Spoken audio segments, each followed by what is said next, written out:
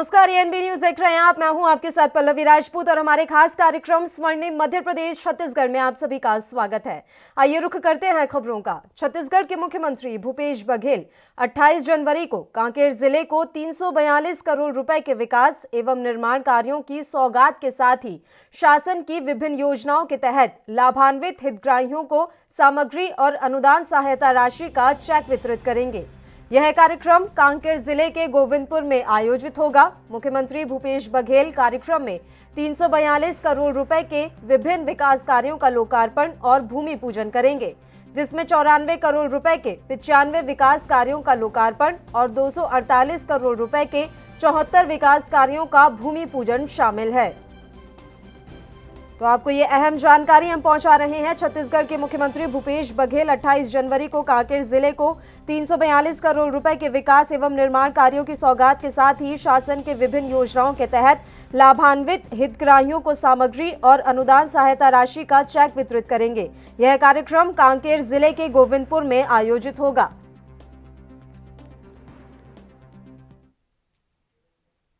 कांग्रेस नेता दिग्विजय सिंह ने किसानों की ट्रैक्टर परेड में हिंसा को लेकर सवाल उठाए हैं। दिग्विजय सिंह ने कहा कि किसानों ने 15 लोगों को पकड़कर दिल्ली पुलिस को सौंपा, उनका नाम उजागर होना चाहिए। दिग्विजय ने कहा कि उन लोगों के पास सरकारी मुलाजिम होने का आईडी कार्ड मिला है। अब आप समझ लीजिए सरकार किसकी है। उन्होंने कहा कि ये सुनियोजित और प्रायोजित आतंक था, एक शांतिपूर्ण आंदोलन को गलत रास्ता दिखाने के लिए। कांग्रेस नेता ने कहा कि 3 स्थानों सिंघू बॉर्डर, टिकरी बॉर्डर, गाजीपुर बॉर्डर से ट्रैक्टर परेड निकली थी। कांग्रेस नेता ने कहा कि 2 स्थानों सिंघू बॉर्डर और टिकरी बॉर्डर पर कोई दिक्कत नहीं हुई, शांति से सब कुछ निकल गया।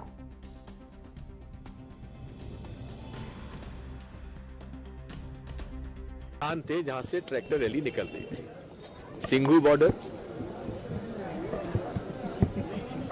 दूसरा टिकरी बॉर्डर, तीसरा गाजीपुर बॉर्डर। सिंघू बॉर्डर और टिकरी बॉर्डर में कोई दिक्कत नहीं हुई, शांति से सब निकला। गाजीपुर बॉर्डर पे इसलिए दिक्कत हुई क्योंकि जो दिल्ली पुलिस ने रूट दिया था उसको उन्होंने बदल दिया और जो रूट पर उन्होंने बैरियर लगा दिए। जब उसमें विवाद हुआ तो भाई आपने हमको कहा इस रूट पे आप इसको खोलिए। उस पर पुलिस ने टीयर गैस चलाए, लाठी चलाई, उससे विवाद बढ़ा और वही कारण बना।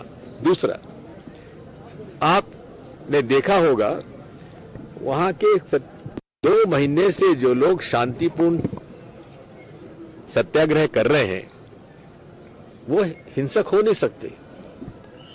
इसमें कौन लोग शामिल हो गए? 15 लोग किसानों ने पकड़कर दिल्ली पुलिस को दिए हैं, उनका नाम उजागर होना चाहिए। उन सब के पास सरकारी मुलाजिम होने का आइडेंटिटी कार्ड मिला है। अब आप समझ लीजिए। गणतंत्र दिवस पर हुई दिल्ली की घटना पर मध्य प्रदेश के गृह मंत्री ने कांग्रेस सहित विपक्ष पर निशाना साधा है। मीडिया से बातचीत में उन्होंने ये कहा कि वह देश प्रेमी और किसान की हरकत नहीं हो सकती, यह किसी बड़ी साजिश का रिहर्सल था। मुद्दा विहीन विपक्ष दूसरे के आंदोलन में अवसर तलाश रहा है। दूसरे के ललना को पलना में झुलाना कांग्रेस की आदत बनती जा रही है। बुधवार को जबलपुर पहुंचे गृह मंत्री ने कहा कि यहां भ्रम से निर्मित आंदोलन चलाए जा रहे हैं। कृषि कानून को काला कानून बताने वाले आज तक नहीं बता पाए कि इसमें काला क्या है।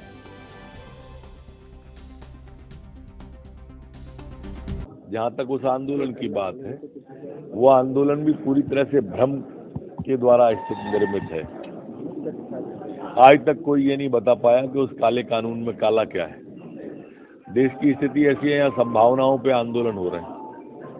उसमें पूछो तो क्या है, बोले हमें संभावना है कि मंडी बंद हो जाएगी, हमें संभावना है एमएसपी चली जाएगी। पूछो इस कानून में कहाँ लिखा है तो कहते हैं वो नहीं है, हमें डर है। ऐसे ही सीएए में डर दिखाया था कि हमें कागज दिखाने पड़ेंगे, नहीं पाकिस्तान चले जाएंगे। काहे पे? उसमें सीएए में कहाँ है? सीएए में कहीं नहीं था, हमें संभावना थी। संभावनाओं पे आंदोलन करने वाला देश ये तथाकथित जो टुकड़े टुकड़े वाले लोग हैं उनने पैदा किया है।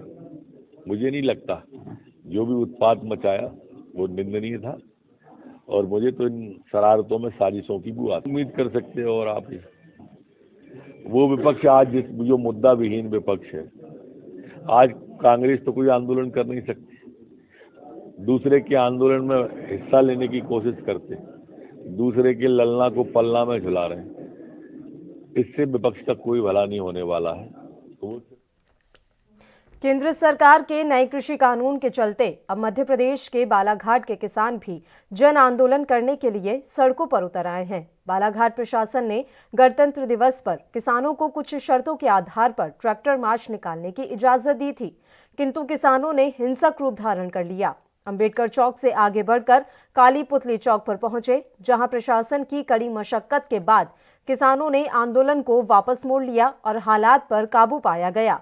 आक्रोश जताते हुए लोगों ने कहा कि केंद्र सरकार की मोनोपोली को नहीं चलने देंगे। अब भी किसान न्यूनतम समर्थन मूल्य की गारंटी चाहते हैं। आखिर एमएसपी की मांग सरकार क्यों नहीं मानती?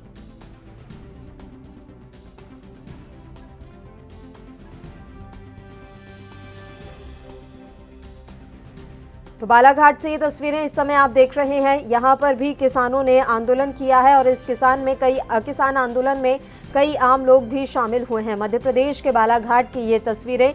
केंद्र सरकार के नए कृषि कानून के चलते अब मध्य प्रदेश के बालाघाट के किसान भी जन आंदोलन करने के लिए सड़कों पर उतर आए।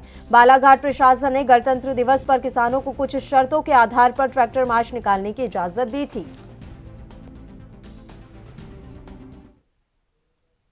चाय पर चर्चा के क्रम में आज मध्य प्रदेश के मुख्यमंत्री शिवराज सिंह चौहान से उच्च शिक्षा मंत्री डॉक्टर मोहन यादव ने चर्चा की और विभागीय योजनाओं के क्रियान्वयन और प्रस्तावित योजनाओं के संबंध में जानकारी दी। आधिकारिक सूत्रों के अनुसार मंत्री डॉक्टर यादव ने बताया कि सभी विश्वविद्यालय और महाविद्यालय एक ग्राम को गोद लेकर ग्राम में संचालित कल्याणकारी योजनाओं के क्रियान्वयन की स्थिति की जानकारी प्राप्त करेंगे। इससे ग्राम में विकास कार्यों को बेहतर क्रियान्वयन हो सकेगा। ग्राम के विकास के लिए कुलपति, प्राचार्य और विद्यार्थियों की भूमिका महत्वपूर्ण रहेगी। शीघ्र ही यह पहल की जाएगी।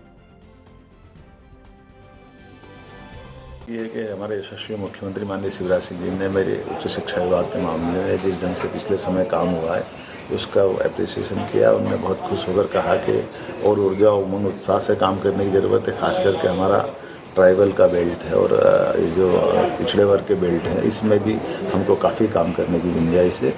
मैं उम्मीद कर रहा हूँ कि जिस प्रकार से उन्होंने हमको पिछले कोरोना के काल के बावजूद भी परीक्षा की परमिशन दी थी, अब आज जबकि सारे कॉलेज खोले जा चुके हैं, ऐसे में हमारी जवाबदारी और बढ़ जाती है कि आगामी परीक्षा भी हम सम्मानजनक तरीके से करा लें और शिक्षा का गुणवत्तापूर्ण शिक्षा और उसका स्तर अंतर्राष्ट्रीय स्तर का बने, इस दिशा में हमने प्रयास करना प्रारंभ किया। 2-3 विषय खास करके नवाचार की दृष्टि से लिए हैं कि अब सभी विश्वविद्यालय, महाविद्यालय कम से कम एक गांव को जरूर गोद लेंगे और वो गांव आमतौर पर पिछड़े की श्रेणी में रहेगा ताकि वहां हमारी सामाजिक सहभागिता भी बने। तो उच्च शिक्षा विभाग एक तरह से इस ड्यूटी को करने को तैयार है कि हमारे अपने गाँवों के अंदर शासन की विभिन्न योजनाओं का क्रियान्वयन कैसे हो रहा है, उनकी कठिनाइयाँ क्या है, भविष्य की संभावना और वहाँ का यूथ का उपयोग कैसे करें, इस दिशा। राष्ट्रीय बालिका दिवस के उपलक्ष्य में छत्तीसगढ़ में 21 से 26 जनवरी तक विभिन्न साप्ताहिक कार्यक्रमों का आयोजन किया गया। यह कार्यक्रम आंगनबाड़ी से लेकर राज्य स्तर तक आयोजित किए गए। साप्ताहिक कार्यक्रम के समापन पर गणतंत्र दिवस 26 जनवरी को प्रत्येक जिले के सखी वन स्टॉप सेंटर में ध्वजारोहण के साथ पौधारोपण किया गया। महिला एवं बाल विकास विभाग द्वारा इस दिन जिलों में पौधारोपण का कार्यक्रम आयोजित किया गया। इस दौरान फलदार पौधे रोपे गए। राजधानी रायपुर स्थित सखी वन स्टॉप सेंटर में महिला एवं बाल विकास विभाग के संचालक श्रीमती दिव्या उमेश मिश्रा ने बालिकाओं और विभागीय अधिकारियों के साथ वृक्षारोपण कर सप्ताह भर चलने वाले बालिका दिवस के उपलक्ष्य में आयोजित कार्यक्रम का समापन किया।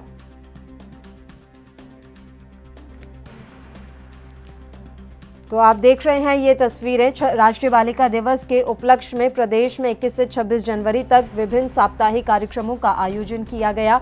यह कार्यक्रम आंगनबाड़ी से लेकर राज्य स्तर तक आयोजित किए गए। साप्ताहिक कार्यक्रम के समापन पर गणतंत्र दिवस 26 जनवरी को प्रत्येक जिले के सखी वन स्टॉप सेंटर में ध्वजारोहण के साथ पौधारोपण किया गया।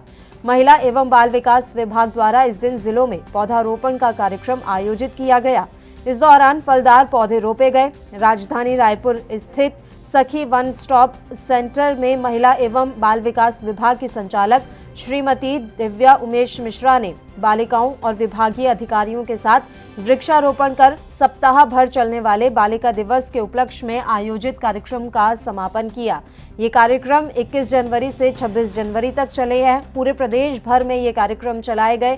साप्ताहिक ये कार्यक्रम रहे और आंगनबाड़ी से लेकर राज्य स्तर तक इन कार्यक्रमों का आयोजन किया गया। इन आयोजनों का समापन गणतंत्र दिवस के अवसर पर किया गया। ये जानकारी मिली है कि प्रत्येक जिले के सखी वन स्टॉप सेंटर में ध्वजारोहण के साथ पौधारोपण किया गया। गणतंत्र दिवस के मौके पर कोविड टेस्ट में नेगेटिव आने के बाद 21 कैदियों को उनके अच्छे व्यवहार के कारण इंदौर की सेंट्रल जेल से रिहा कर दिया गया। ये सभी हत्या के मामलों में 15 साल से उम्र कैद की सजा काट रहे थे। कैदियों ने 26 जनवरी को भी झांकी बनाई थी, जिसमें जेल प्रशासन की तरफ से दी गई सुविधाओं को प्रदर्शित किया गया था। आज 21 कैदियों को रिहा कर दिया गया है, जिनमें से 4 को दोहरे हत्या के मामलों में दोषी ठहराया गया था और दोहरे जीवन की सजा दी गई थी। राकेश भेंगरे जेल अधिकारी ने बताया कि हत्या के मामलों में भी दोषी इन्हें ठहराया गया था। जेल अधिकारी ने कहा कि कैदियों को जेल से रिहा होने के बाद भविष्य में कड़ी मेहनत करके अपना जीवन बिताने की सलाह दी गई है। अधिकारी ने आगे कहा कि उनमें से एक कैदी धर्मेंद्र को पुलिस विभाग के एक नए पेट्रोल पंप पर नौकरी दी गई है, जिसके जल्द ही खुलने की उम्मीद है, जबकि 2 अन्य कैदियों को भी यहां काम करने की पेशकश की गई थी। हमारा उद्देश्य कैदियों को सुधारना और उनका पुनर्वास करना है। यही वजह है कि हम उन्हें रोजगार के अवसर प्रदान कर रहे हैं।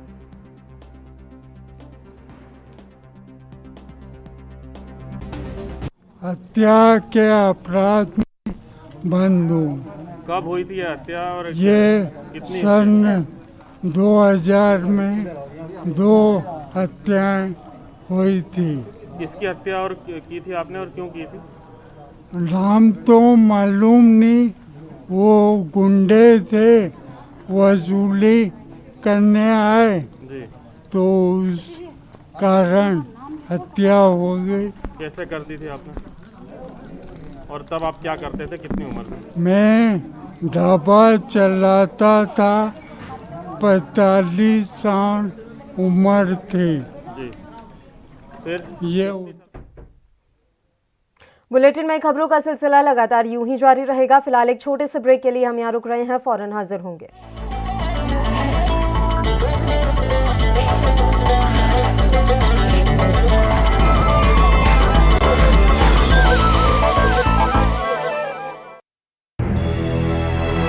लखनऊ से लेकर चंडीगढ़ तक, मुंबई से लेकर रायपुर तक, क्या है राजनीति की हलचल, क्या है समाज का मिजाज। राजधानी लाइव, हमारी नजर, आपका फैसला, हर रोज सुबह 8 बजे सिर्फ ANP न्यूज पर।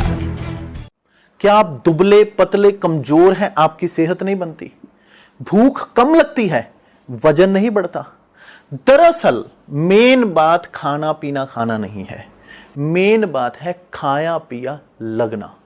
और अगर खाया पिया लगेगा ही नहीं तो सेहत बनेगी कैसे?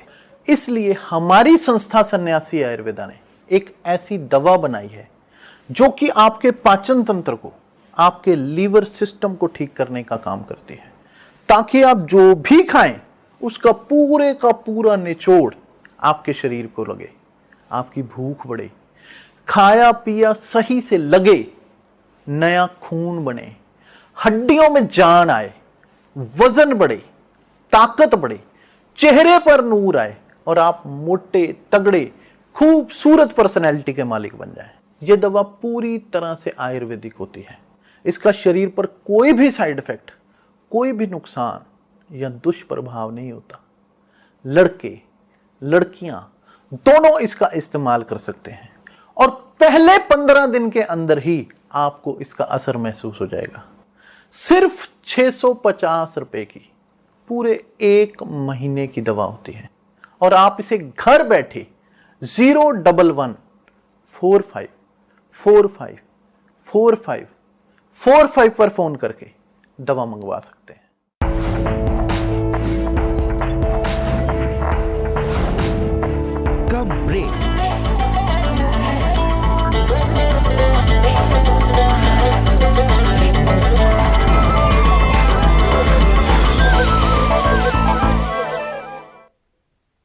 ब्रेक के बाद एक बार फिर से आप सभी का स्वागत है। बढ़ते हैं कुछ और खबरों की ओर।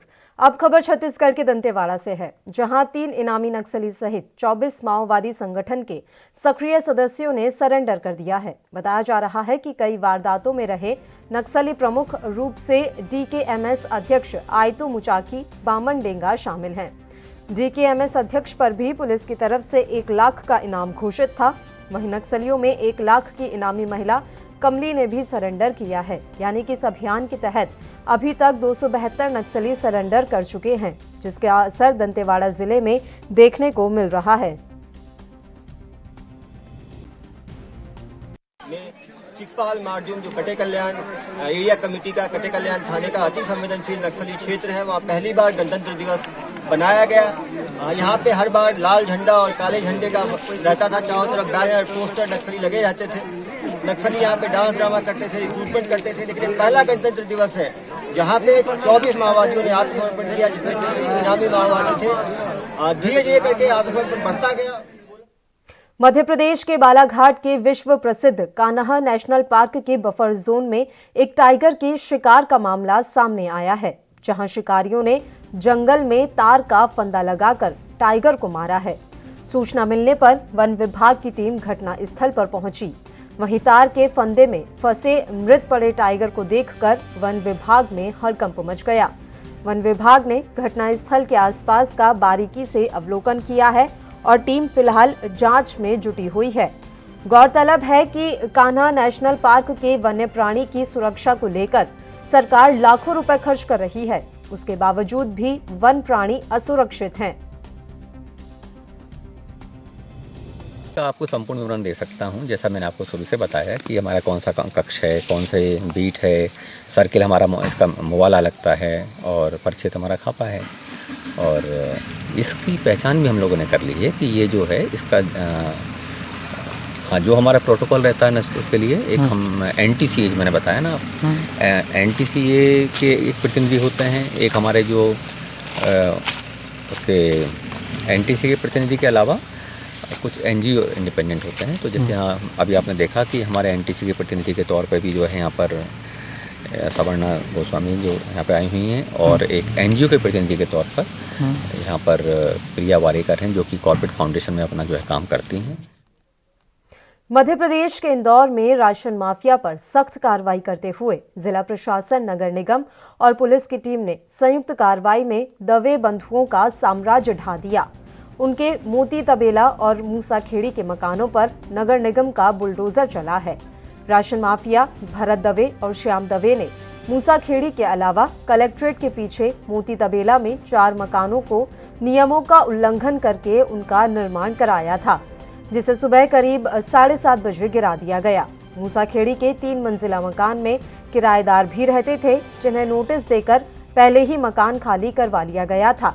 भरत दवे और श्याम दवे ने अपने साथियों के साथ मिलकर गरीबों के राशन को बाजार में बेच दिया था। इन पर रासुका की कार्रवाई हो चुकी है और ये अभी जेल में बंद हैं। कुछ दिन पहले नगर निगम ने दवे के मोती तबेला के ऑफिस को भी नेस्तनाबूद कर दिया था, तभी से उसकी अन्य संपत्तियों की जांच की जा रही थी। जिला प्रशासन, पुलिस प्रशासन और नगर निगम की संयुक्त कार्रवाई है। अभी पिछले दिनों जो राशन माफिया का मामला बड़ा उजागर हुआ है, भरत दवे, श्याम दवे और अन्य लोगों का, उसी में से ये मकान है। आज इनके कुल 4 मकान, स्वामित्व के 4 मकान हम लोगों ने चिन्हित किए हैं। एक मकान तो पूरा तोड़ना था, जो कि मूसाखेड़ी में था, जो नंबर 18 के सामने, उसको हम लोग तोड़ चुके हैं आज ही।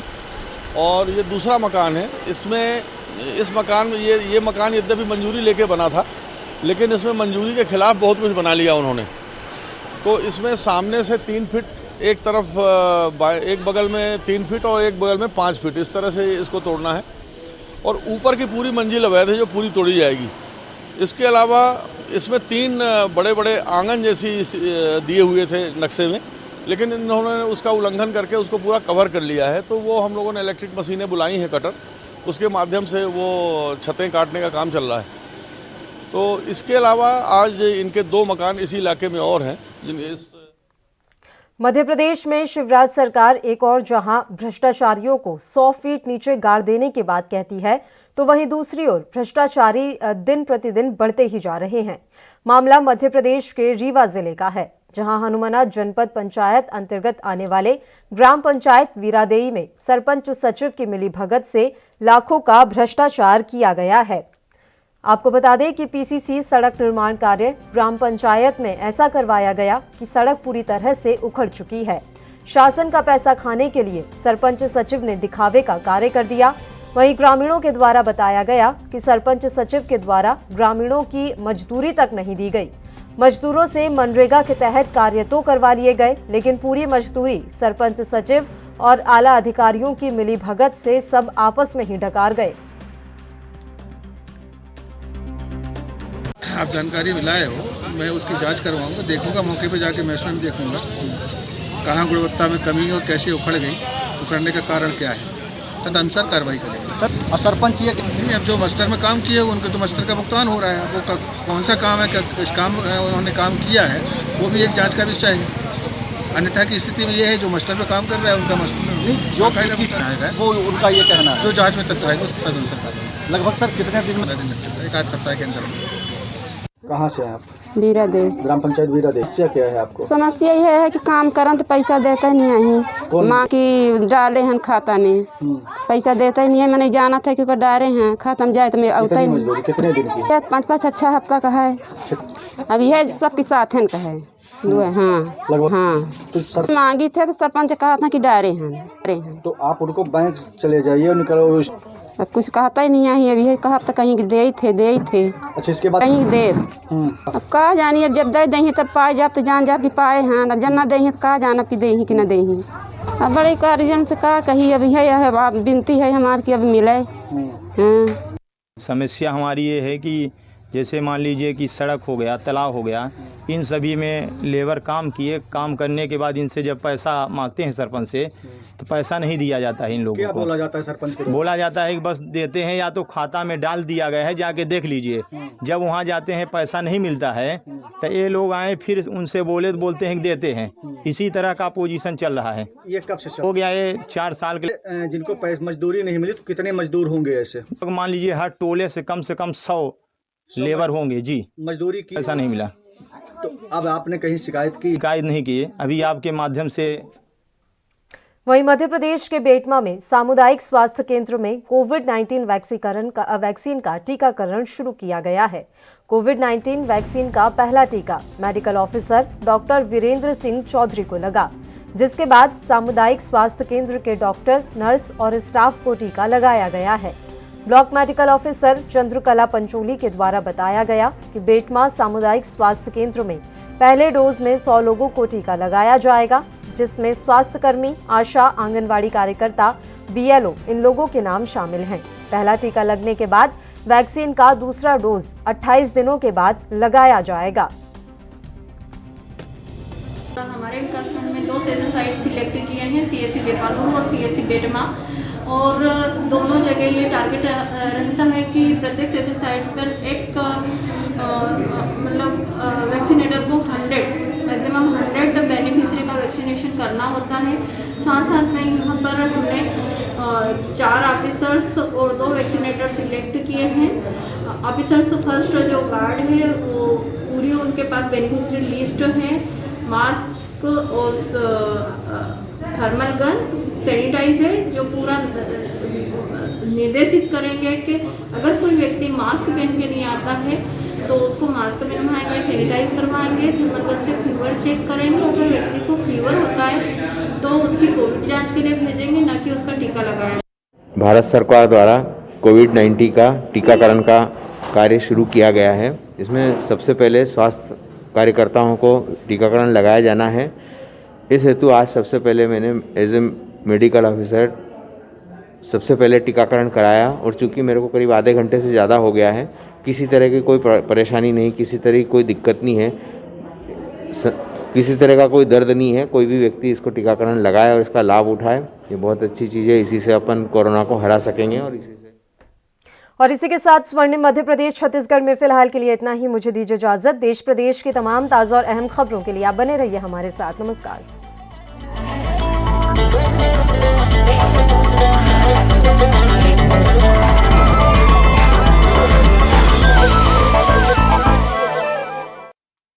क्या आप दुबले पतले कमजोर हैं, आपकी सेहत नहीं बनती? भूख कम लगती है, वजन नहीं बढ़ता? दरअसल मेन बात खाना पीना खाना नहीं है, मेन बात है खाया पिया लगना। और अगर खाया पिया लगेगा ही नहीं तो सेहत बनेगी कैसे? इसलिए हमारी संस्था सन्यासी आयुर्वेदा ने एक ऐसी दवा बनाई है जो कि आपके पाचन तंत्र को, आपके लीवर सिस्टम को ठीक करने का काम करती है, ताकि आप जो भी खाएं उसका पूरे का पूरा निचोड़